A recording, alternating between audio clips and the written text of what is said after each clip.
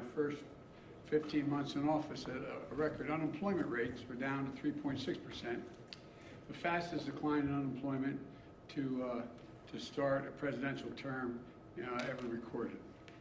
And in addition, Americans have applied to start 5.4 million new small businesses last year, 20% more than any other year on record. And I see, and as I see it, everything across the country is, as I go across the country, our economy has gone from being on the mend to on the move. But for every worker I met who's gained a little bit of breathing room to seek out a better paying job, for every entrepreneur who's gained the confidence to pursue their small business dreams, I know the families all across America are hurting because of inflation. I understand what it feels like. I come from a family where when the price of gas or food went up, we felt it. It was a discussion at the kitchen table. I want every American to know that I'm taking inflation very seriously, and it's my top domestic priority. And I'm here today to talk about solutions, and there's going to be more we're going to have to talk about as well. But first, I want us to be crystal clear about the problem. There are two leading causes of inflation we're seeing today. The first cause of inflation is a once-in-a-century pandemic. Not only did it shut down our global economy, it threw the supply chains and demand completely out of whack, especially in countries where more effective recovery responses weren't available, especially in those sectors that rely on semiconductors. These supply challenges have been further hampered by the onset of Delta and Omicron viruses. And you've all seen it, you've all felt it. And this year we have a second cause, Mr. Putin's war in Ukraine. We saw in March that 60% of inflation that month was due to price increases at the pump for gasoline.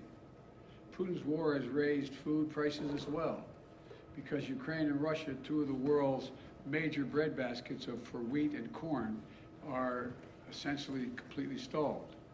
Ukraine has 20 million tons of grain in storage in silos right now. They're trying to figure out how to get out of the country into market, which would reduce prices around the world.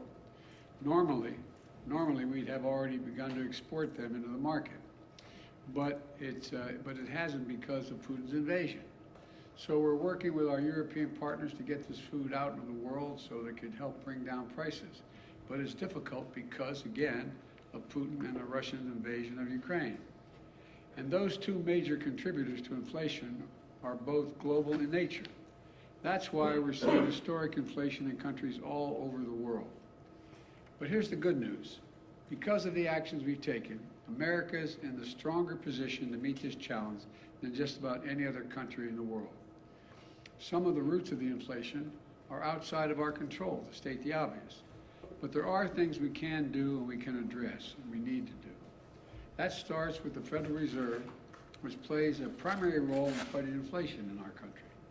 I put forward a highly qualified nominees to lead that institution, and I strongly urge the Senate to confirm them without delay.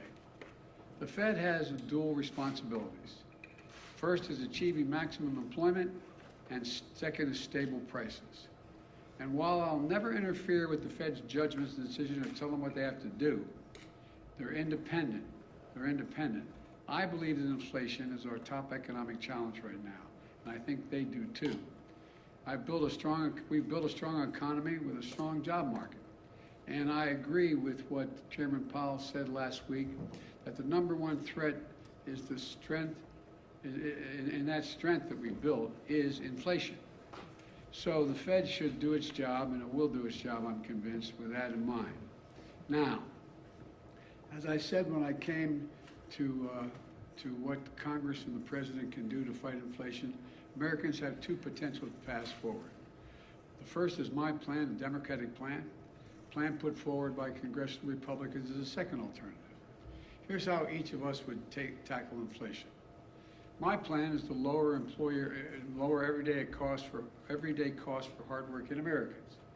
and lower the deficit by asking large corporations and the wealthiest Americans to not engage in price gouging and to pay their fair share in taxes.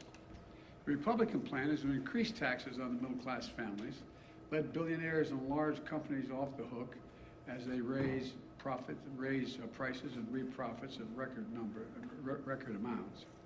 And it's really that simple. But let me explain why this choice is so important.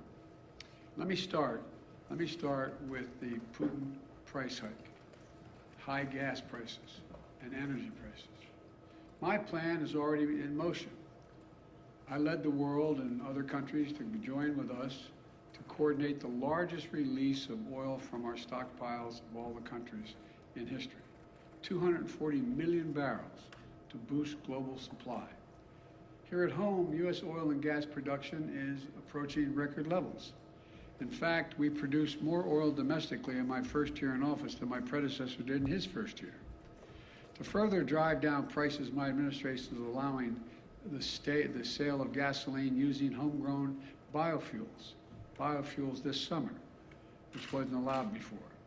And to reduce our dependence on foreign oil and reckless autocrats like Putin, I'm working with Congress to pass landmark investments to help build a clean energy future as well. From tax credits for businesses to produce renewable energy, to tax credits for families to make their homes more energy efficient. I met with nearly a dozen CEOs of America's largest utility companies, and they, to a person, told me that, and including Southern Company, American Electric Power, and 10 others. They confirm that if we pass the investments I'm talking about, will immediately lower families' utility bills by as much as $500 a year, according to their one estimate. That's by they're going to make their homes more secure in terms of heat not getting out and air conditioning not escaping because they have good insulation. Now, what's the congressional Republican plan with respect to energy? First of all, their plan is to give oil companies a free pass. For example, right now oil companies are sitting on 9,000 unused leases, oil leases, which are the property of the federal government, on the property of the federal government.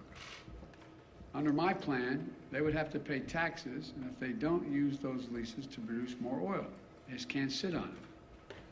Unlike under the Republican plan, they'd be allowed to continue to sit on this land without producing while shipping record profits back to their investors.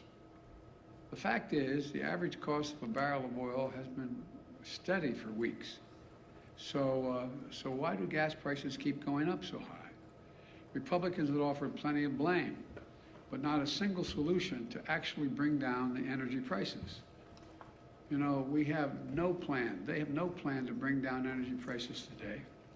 No plan to get us to a cleaner, energy independent future tomorrow.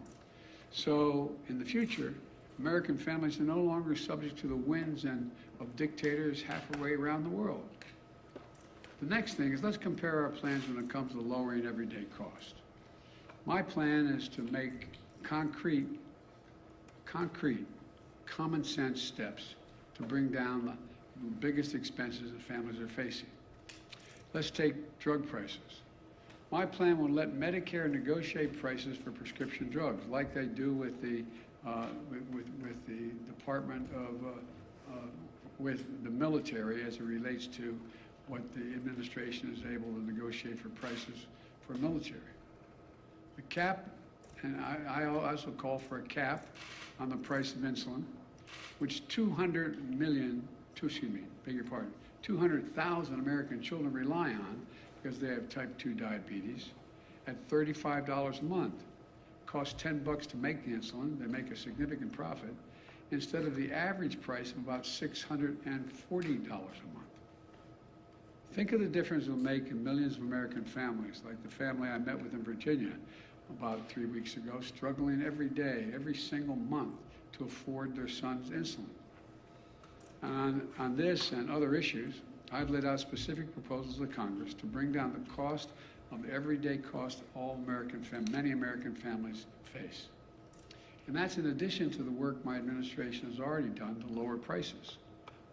Another reason why prices are up for products people need relates to whether or not the manufacturer has access to all the materials they need to build a product.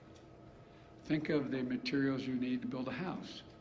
If you can't get the materials from the ship to shore, from the shore to the home, the prices are going to go up.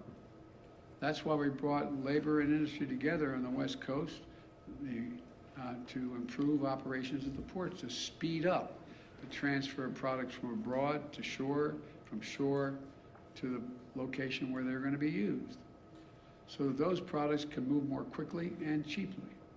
We haven't had enough truckers, for example, to deliver the lumber or other goods. That's why we are executing a plan to get more truckers on the job.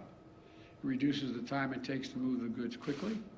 Another problem we face is in some industries, there isn't enough competition. And I've often said that capitalism without competition isn't capitalism, it's exploitation. So we're promoting competition for everything from internet services to meat processing. We basically have 4 meat processors in the whole country. They process the meat that goes into the hamburgers you buy. So they set the price. When there's no competition, they can set the price higher and higher. So we're helping smaller companies get into the game to compete and help bring down the overall prices. The bottom line is easing these bottlenecks and making our supply chains more secure is a major focus of my economic strategy. So things move more quickly. Prices go down, not up. You know, some parts of my plan I've been able to get done on my own. I mean, just without congressional approval. Some parts are being held up by Congress. But all of my plan is focused on lowering costs for the average family in America, to give them just a little bit of breathing room. Now, what's the congressional Republican plan?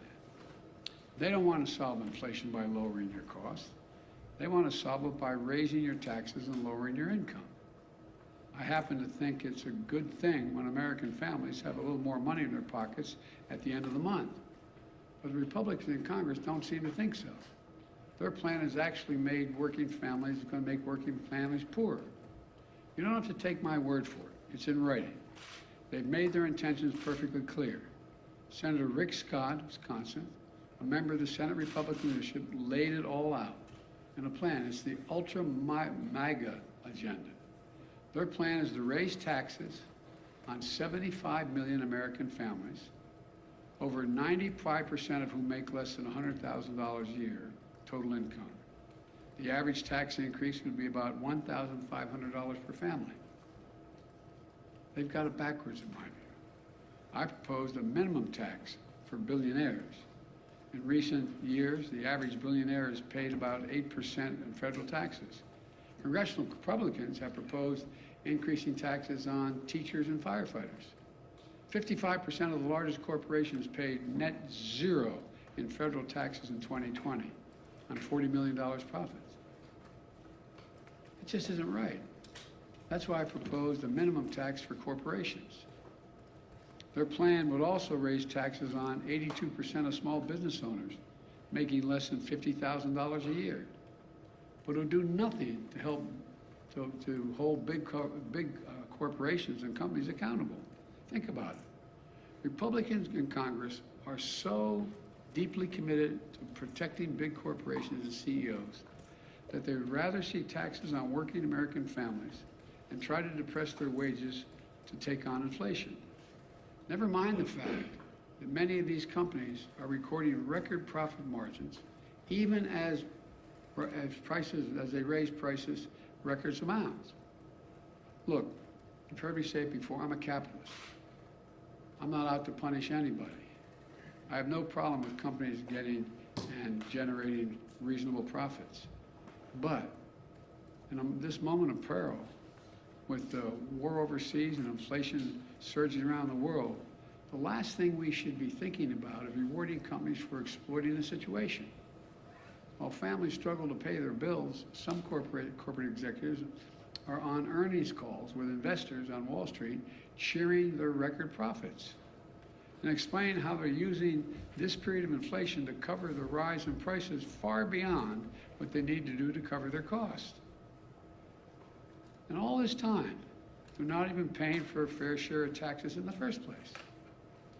You want to bring down inflation? Let's make sure the wealthiest corporations pay their fair share. My plan asks those companies to pay their fair share in taxes. Congressional Republican plan, let them off scot-free.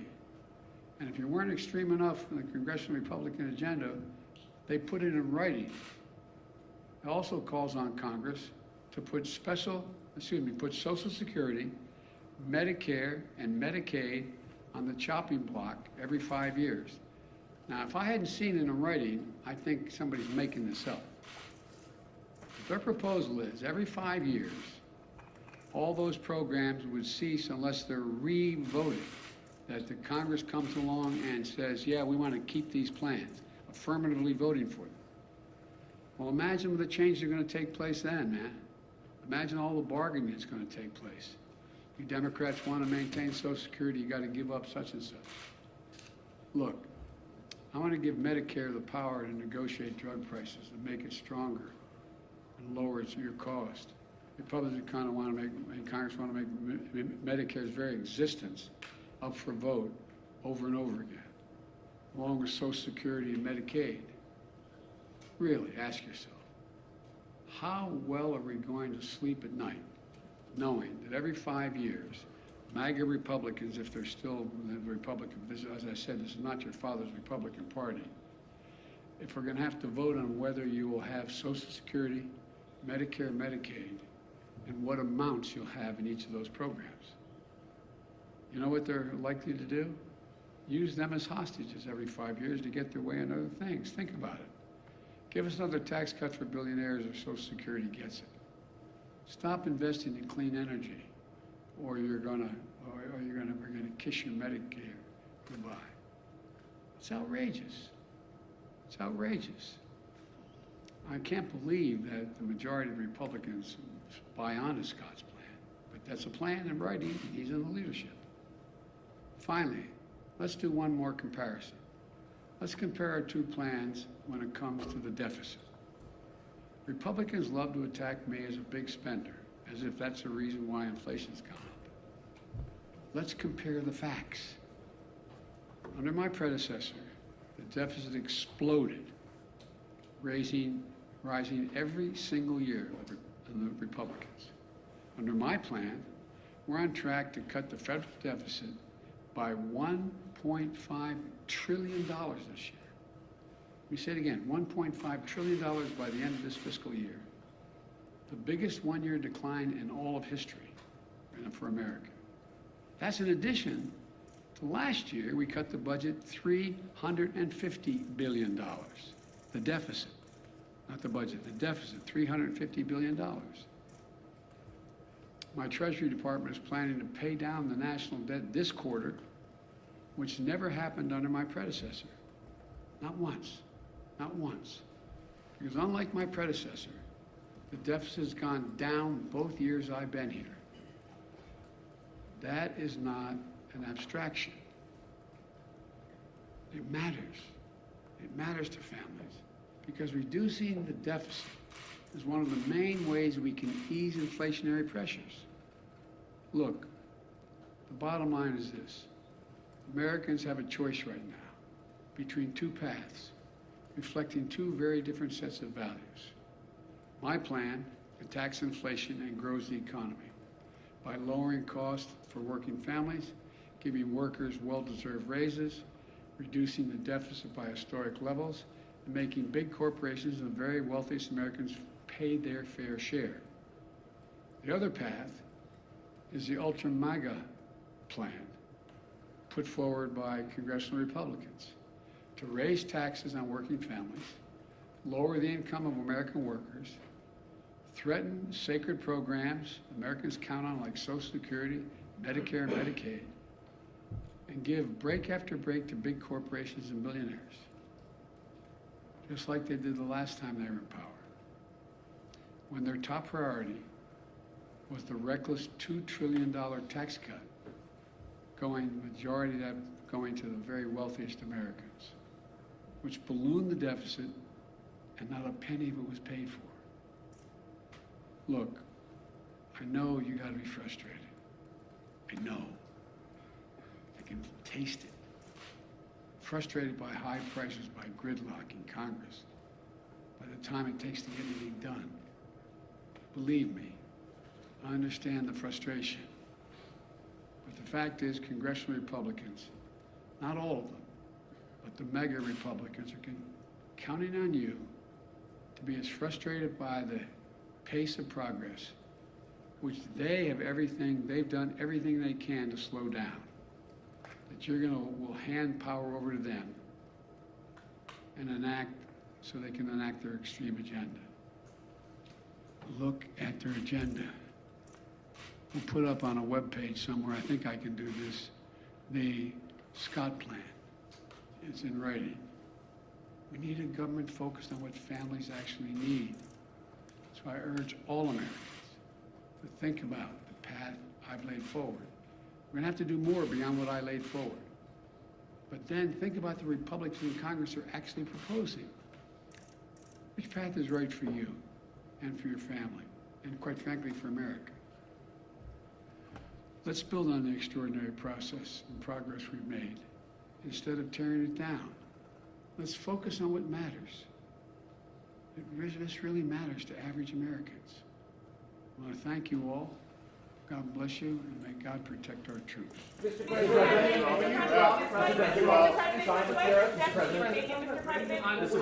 why do you... You're going to ask me about what I spoke about.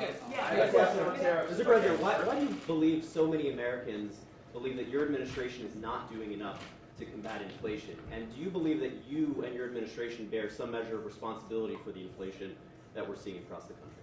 First is we're in power. That's the first thing.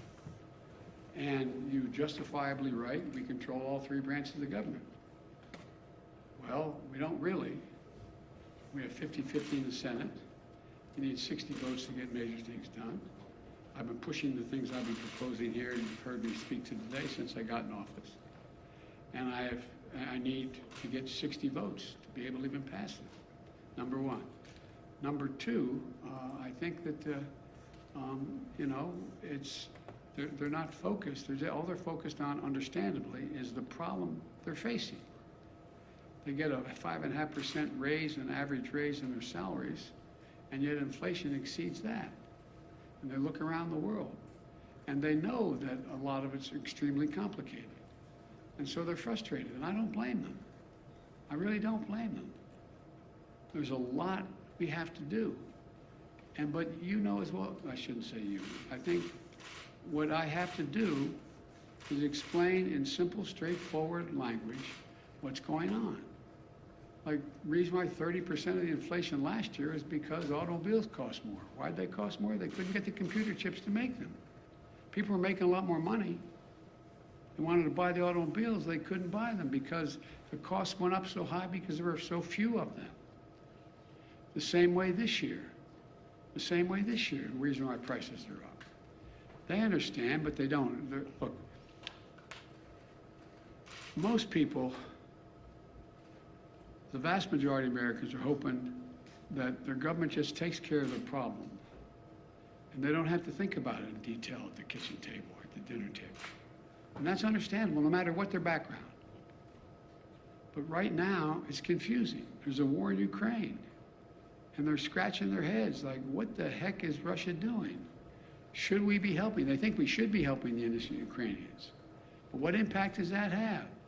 Do you think the average person, whether they have a PhD or they have any other job, sits and thinks, wow, there's thousands of tons of grain in elevators in Ukraine that can't get out. And Ukraine's one of the biggest producers of corn and wheat. I wonder whether that's the reason my prices are up. And do you take any responsibility for the inflation in this country? Do you take any responsibility for your policies? I think our policies help, not hurt. Think about what they say. The vast majority of the economists think that this is going to be a real tough problem to solve, but it's not because of spending. We brought down the deficit. The bottom line is, how much does America owe? How much in the hole are we going? We're reducing that. on Well, tariffs? so One today question you on have inflation. retail gasoline prices and diesel prices at record highs. Yes. Yet you have yet to ask Americans to consume less. You're a train guy. Have you ever thought of your administration asking Americans to drive less, to take public transport? Well, if you ever raised a family like mine, you don't have to tell them. They're doing everything in their power to figure out how not to have to show up at the gas pump. That's why, for example, one of the things that's going to help a lot, but it's going to take time, is our infrastructure bill. The truth is, they don't have that many options in terms of transportation around the country right now. If you live in the Northeast Corridor, you do. If you're driving back and forth between Baltimore, Washington, New York, et cetera. But you don't have many choices. You don't have a whole lot of choices to deal with other aspects of transportation in terms of local transportation. And so what happens is, and unless they're electric, we find ourselves the cost of flying, buying a ticket on a plane costs more because of gas prices. So this is a process. But it's a process that I've been consistent about, wanting to lower prices and shift to renewable energy so we're not as dependent. I have conversations almost every day. Well, that's an exaggeration. At least twice a week with one of my European counterparts, heads of state, on how can we help them, in fact, wean themselves off of Russian oil because they're so totally dependent. So we're working like the devil to help them transition, because as long as Russia's able to make money selling oil, they're going to continue to be able to do the bad things they're doing. So there's a lot. It's really complicated. I'm not suggesting American people can't understand it. They understand it, but they have, they're working 8-10 hours a day just to put food on the table. And so I think what's happened is we have, in a sense, I never expected, let me say this carefully. I never expected the ultra MAGA Republicans who seem to control the Republican Party now to have been able to control the Republican Party. I never anticipated that happening. On that Mr. point, President, sir, will you drop Mr. Trump's President. China tariffs? Mr. President, a year ago, the administration was saying that inflation was transitory. That's obviously not the case now. How long do you think it will be until we see prices coming down? I'm not going to predict that. It ranges depending on which economists you're talking to by the end of this year, and some say it's going to increase next year. But there's others say by the end of this year you're going to see it come down, by the calendar year. I don't know, but I know what we have to do to make sure that we can bring it down. Mr. China President, tariffs, you said that will you Missouri drop will Trump's come. China Do you tariffs? support any restrictions on abortion, or what limits do you believe I'm there not should going be, to as respond to the anything Senate is because I stating want now? the story to be about inflation. On China tariffs, You called out Rick Mr. Scott. President. You called out Rick Scott a little while ago in your remarks. Earlier today, anticipating your remarks, he said, and I'm just quoting here, that the best thing, most effective thing Joe Biden can do to solve the inflation crisis he created is resign. He's the problem. The senator added later, Joe Biden is unwell, he's unfit for office, he's incoherent, incapacitated, and confused. These are his words. Offering you a chance to respond to them. I think the man has a problem. Can I ask you Mr. about President, let's wrap this up. Will Will you drop former President Trump's China tariffs? We're discussing that right now. We're looking at what would have the most To lower positive them or impact. to erase them? No, I didn't say that. I'm asking. I'm telling you, we're discussing it, and no decision has been made on it. Mr. That's enough. Thank you, guys. That's a wrap. How long should Americans be Thank you prepared all. to pay this much at the pump? Are you concerned about a All right, guys, recession, let's move Mr. out. President? Yellen said today. I wish he said, not Yellen said today, I think